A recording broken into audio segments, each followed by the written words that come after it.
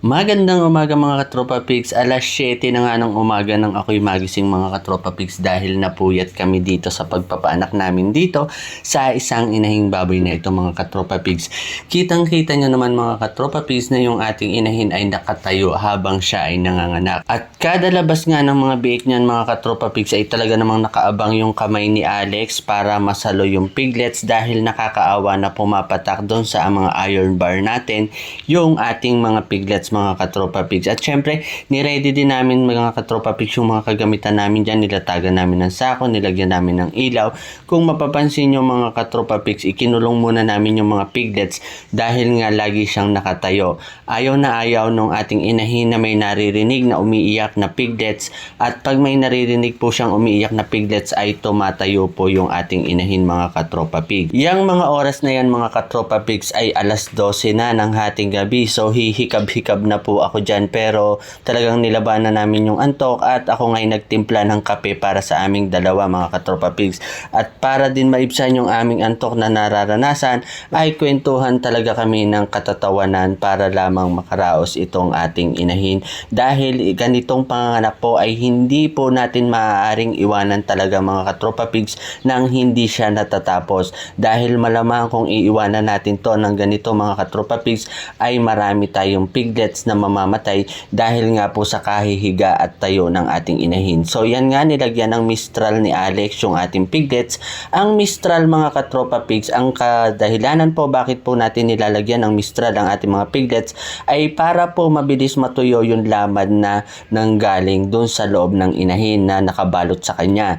At ito rin po ay mabisang pampainit ng kanilang katawan na kakailanganin nila once po na nakalabas na sila dito sa puwerta ng ating inahing baboy. So nakakatuwa din mga katropa pigs dahil kahit kami napuyat mga katropa pigs ay 11 piglets naman po yung ibinigay ng ating inahin na ito. At doon naman po sa kabilang parawing natin, meron po tayong nanganak doon na isang inahin po ay 25 heads naman po ang inilabas niya. So namomroblema din po kami kung paano namin bubuhayin yung ating piglets na yon, pero nagpabili na po tayo ng poster milk, at yung iba po pag may nanganak po ay ipapaampo na po natin at kukuhanan po natin ng inahinin yung ganong karaming inahin kung manganak.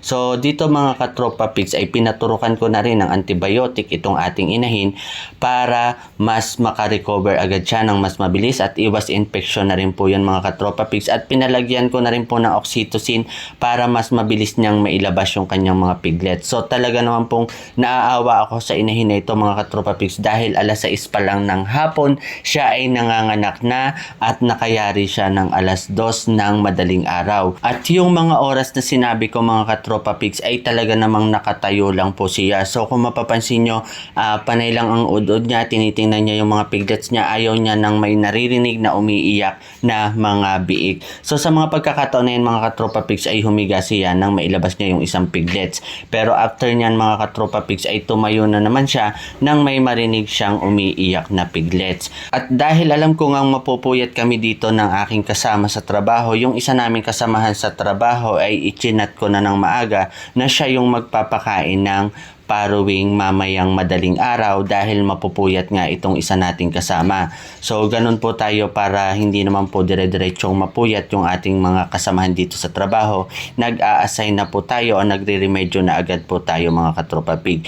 So ibinilin ko rin po kung i-check kung tatayo yung inahin once na nagpakain po sa umaga.